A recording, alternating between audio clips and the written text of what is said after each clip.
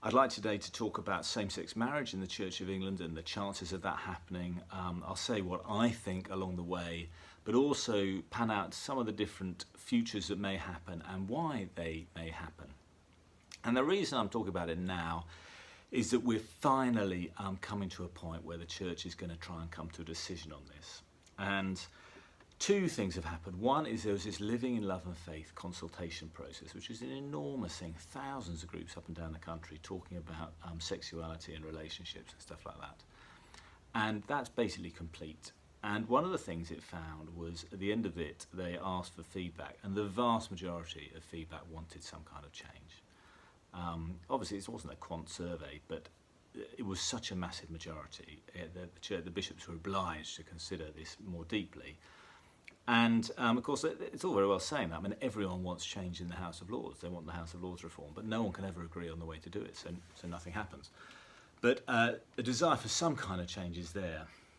And the first diocesan bishop to put his head above the parapet and say that he thought the Church of England should offer same-sex marriages in church was Steven Croft, the Bishop of Oxford. And he did that 3.5-4 weeks ago, and that's really set the ball rolling. I think all the bishops are going to have to offer their own views, and then this will come to synods and things, and we'll discuss it. But Croft's interesting because he's changed his mind. He describes a journey in which, when he was younger, he thought this was not, might be sinful, and definitely not something to be blessed. But now he's seen what he'd call good fruit coming from these relationships, and he knows there are biblical passages which are against men lying with men and men having sex with men and stuff like that. But he said against that's that time, and against that, look at the fruit of these relationships. So I will quote from him what he says here. It's unclear to me what is the harm that allegedly flows from the blessing of same-sex unions or marriage. I can see harms that flow from general sexual promiscuity and from other forms of sexual exploitation. I can see harms that come from a careless or hasty change of practice that doesn't pay due attention to the scripture and the tradition. I cannot see the evidence of actual harms in the lives of those who've entered into same-sex civil partnerships or civil marriage, either to the people themselves or to our wider society. The opposite is the case. And with that in mind, he would like a change in the position. However, what's going to happen when you hear these positions is they have implications for how we are as a church. So I'm now going to think a little bit about what that might mean as a church. What Croft says is we're going to have to do another version of alternative episcopal oversight, which is proverbially known as flying bishops. Now, this came out in the women bishops and women priests debate in '92, when a bunch of Anglicans couldn't stand the validity of women's orders. And rather than say, well, they're not Church of England people anymore, people said, well, they've been Anglicans all their lives. Don't see how we can say they're not Anglican. Maybe we can have a bishop who only ever ordains men who they can work with. And this person is not like the sort of normal one attached to a geographical area, like the Bishop of Southwark or the Bishop of London or the Bishop of Birmingham or whatever.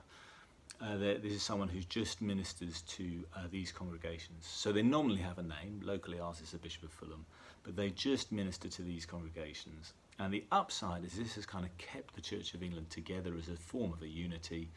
The downside is there's this sort of pick and choose element about bishops, and that's not a great way of viewing episcopacy being a bishop. But Croft recognises it's the only way through, because he's a bishop of people who will agree with him, but a lot of people really won't, congregations and priests. And he said the only way that they're going to continue to be able to live together as a church is if there's an alternative episcopal oversight for people like them. So that is his way through. That is not the view of my own bishop, the Bishop of Southwark. And last Saturday he gave his view, and he has not advocated that the Church of England recognise same-sex marriage. He's gone for something different, and he puts it thus: I support a generous pastoral provision that respects freedom of conscience by the provision of a liturgy of affirmation and commitment for same-sex couples, and a conscience clause that means no one has to officiate. No priest is required to officiate at such a service.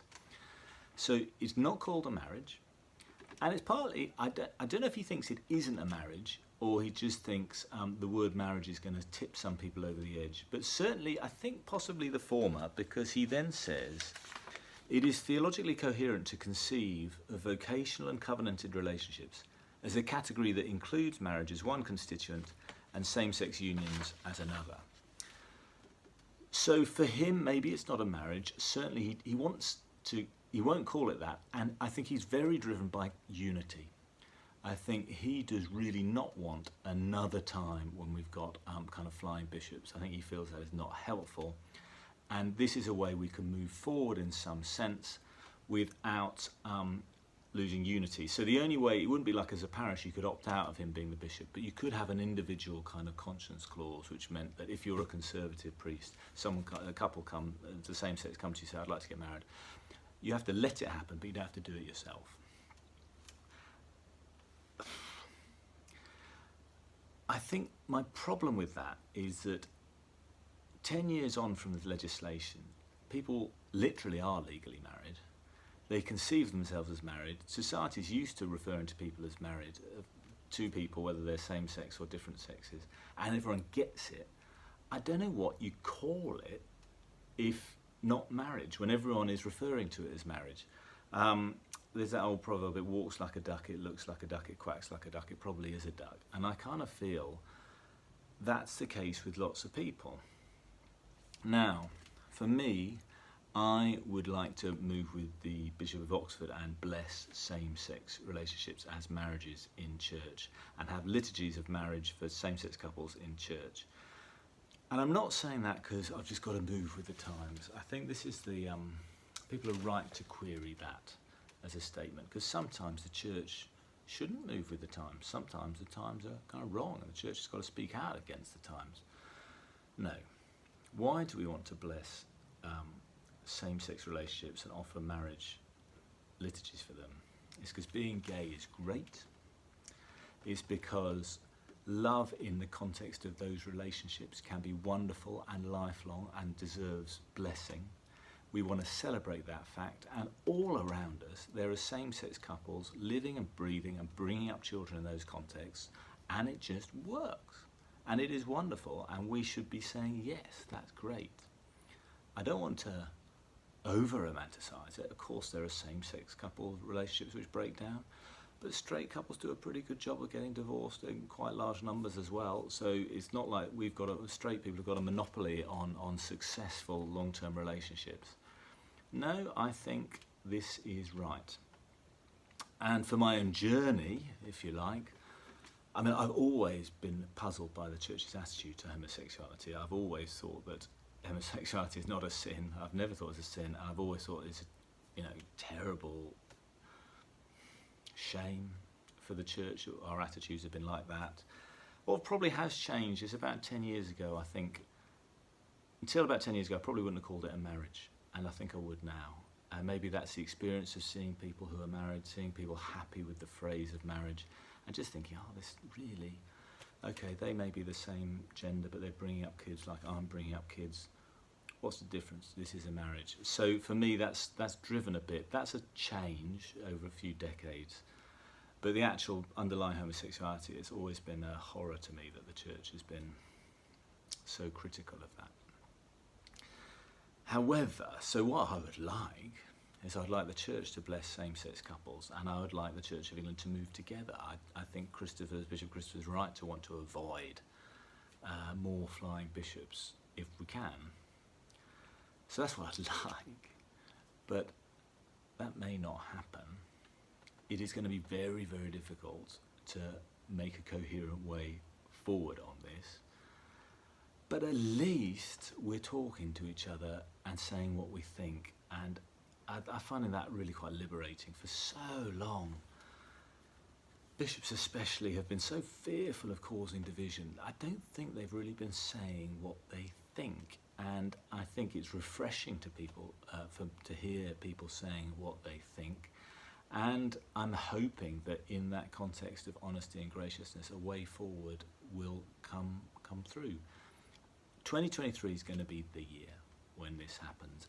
We've been evading a kind of settled position on this for decades, probably. And I think there is a momentum for change. It is not clear how that change will manifest itself and work itself out. and there could be very different pathways. But my prayer is that we can keep together and change well. And I hope I'll be, happy to be part of the Church of England. But it could play out different ways. It could be that we say, the Church of England says, no, we're going to stick to marriage as it's always been defined. And that will put people like me in a tricky position. But I guess I'll cross that when I get there.